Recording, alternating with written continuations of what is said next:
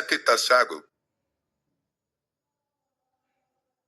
सड़क पर वह कुछ था जो इंसान नहीं था।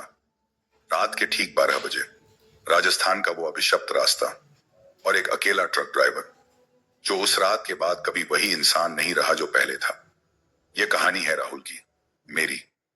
मैं 10 साल से ट्रक चला रहा हूं। हर तरह की रात देखी है, आंधी, बारिश, कोहरा। पर वो रात मेरी रूह में आज भी बसी है। 3 बच्चे हैं मेरे, पत्नी बीमार रहती है। घर की जरूरतें पूरी करने के लिए मैंने एक लंबा कॉन्ट्रैक्ट लिया था। दिल्ली से राजस्थान, फर्नीचर की डिलीवरी, अकेले, रात में। काश मैंने वो कॉन्ट्रैक्ट कभी ना लिया होता। सफर शुरू हुआ सुबह, पर दिल पहले से ही भारी था। जब अलवर की तरफ बढ़ा तो रास्ते में एक चाय की दुकान पर 2 ड्राइवर बात कर रहे थे। एक बूढ़ा ड्राइवर धीमी आवाज में बोल रहा था, यार कल रात फिर वही हुआ। भानगढ़ के पास मेरा ट्रक अचानक रुक गया। इंजन बिल्कुल ठीक था, फिर भी चला ही नहीं। भानगढ़, वो नाम सुनते ही मेरे अंदर कुछ सिकुड़ गया। पर मैंने चाय पी, चुपचाप उठा और ट्रक में बैठ गया। शाम होते होते एक पुलिस चेक पोस्ट आई। पुलिस वाले ने कागजात देखे, फिर रुककर बोला, भानगढ़ के इलाके से गुजरना है तो सावधान रहना। मैंने पूछा क्यों, तो वो बस मुस्कुरा दिया। पर उसकी आंखों में मुस्कुराहट नहीं थी, वहां डर था। रात के अंधेरे में जब रोड का बोर्ड दिखा, भानगढ़ 50 किलोमीटर, तो मेरा दिल एक धड़कन के लिए रुक गया। मैंने रेडियो बंद किया, सिर्फ इंजन की आवाज, घूर घूर घूर। फिर अचानक वो आवाज बदलने लगी, घूर हाँ, घूर हाँ। मैंने कान खड़े किए। नहीं, ये इंजन नहीं था, ये कोई और आवाज थी, बाहर से आ रही थी, अंधेरे से। मैंने साइड मिरर में देखा, पीछे सड़क खाली थी, पर उसी पल एक काली धुंधली परछाई मिरर में झलकी और गायब हो गई। मेरे हाथ ठंडे पड़ गए। तभी ट्रक का एक्सीलरेटर बेकार हो गया। मैं पैडल दबाता रहा, ट्रक धीमी होती रही। ऐसा लगा जैसे कोई पीछे से दोनों हाथों से खींच रहा हो। और फिर इंजन बंद। चारों तरफ ऐसा सन्नाटा कि अपनी सांस की आवाज सुनाई दे। हेडलाइट्स गई, मोबाइल में नेटवर्क गया। मैं अकेला था, पिच काले अंधेरे में, एक मरी हुई ट्रक के साथ। मैंने टॉर्च ली, बाहर निकला, बोनट खोला।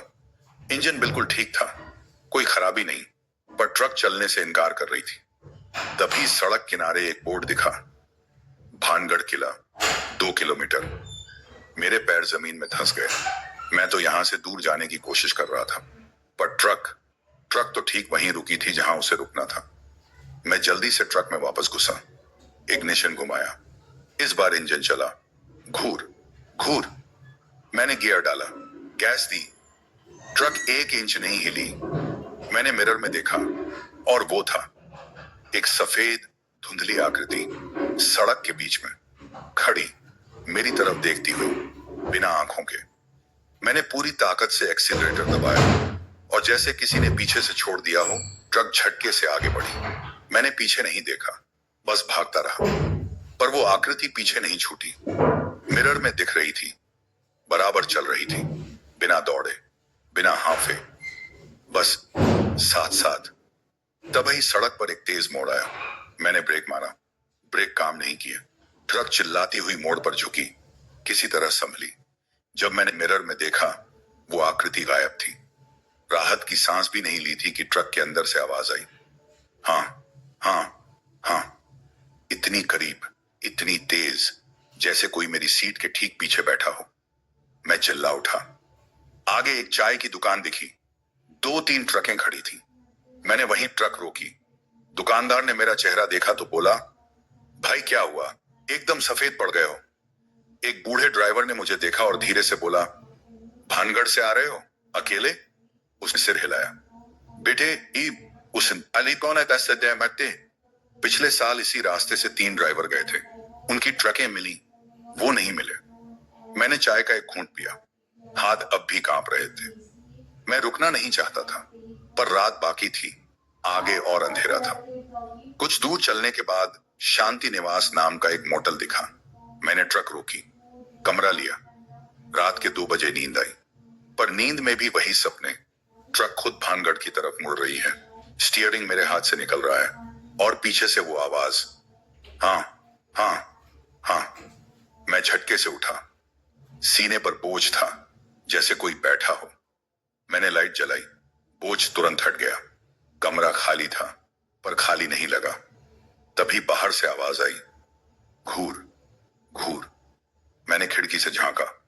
मेरी ट्रक चल रही थी, हेडलाइट्स जल रही थी, इंजन चालू था, पर ड्राइवर सीट पर कोई नहीं था। और चाबी, चाबी मेरी जेब में थी। मोटल वाला बाहर खड़ा था, कांप रहा था। ट्रक धीरे धीरे गेट की तरफ बढ़ रही थी। मैं दौड़ा। जैसे ही मेरा हाथ दरवाजे पर पड़ा, ट्रक रुक गई। हेडलाइट्स बंद, इंजन बंद, सन्नाटा। मैंने दरवाजा खोला। अंदर कोई नहीं था, पर ड्राइवर सीट पर एक निशान था, एक लंबे पतले हाथ का निशान, जैसे किसी ने गीली मिट्टी से सीट पर हथेली टेकी हो। उंगलियां इंसानी नहीं थी। मैं पीछे हट गया। मोटर वाला धीमी आवाज में बोला, बेटे, इस ट्रक में कोई है, सुबह पुजारी को बुलाओ। मैं अंदर आया। कुर्सी खींचकर खिड़की के सामने बैठ गया। ट्रक पर नजर रखे रहा। रात के 3 बजे ट्रक का हॉर्न बजा। पी, पी, लंबा, तेज, और वो रुका नहीं। मैं बाहर निकला। हॉर्न अब भी बज रहा था। मैंने दरवाजा खोला। कोई नहीं था। मैंने हॉर्न का तार खींचकर निकाल दिया। सन्नाटा। और उसी सन्नाटे में ट्रक की पिछली खिड़की पर अंदर से शीतन, तो हथेलियां धीरे धीरे उभरी और उंगलियां कांच पर फिसलने लगी। मैं वहां नहीं रहा। सुबह होते ही मैंने पुजारी को बुलाया। उसने ट्रक का पूजन किया, हवन हुआ, नींबू मिर्च बांधे गए। पुजारी ने मुझसे एक सवाल पूछा, यह ट्रक पुरानी है, पहले किसके पास थी? मैं चुप रह गया। मुझे नहीं पता था। पुजारी बोला, इस ट्रक से पहले एक हादसा हुआ था। ड्राइवर उस रास्ते पर मरा था। वो अपनी ट्रक नहीं छोड़ना चाहता। आज 2 साल हो गए उस रात को। ट्रक बदल ली मैंने, पर वो रास्ता, भानगढ़ का वो रास्ता, मैं आज भी नहीं लेता। और कभी कभी रात को जब नींद टूटती है, तो दूर कहीं से इंजन की आवाज सुनाई देती है, घूर, हाँ, घूर, हाँ।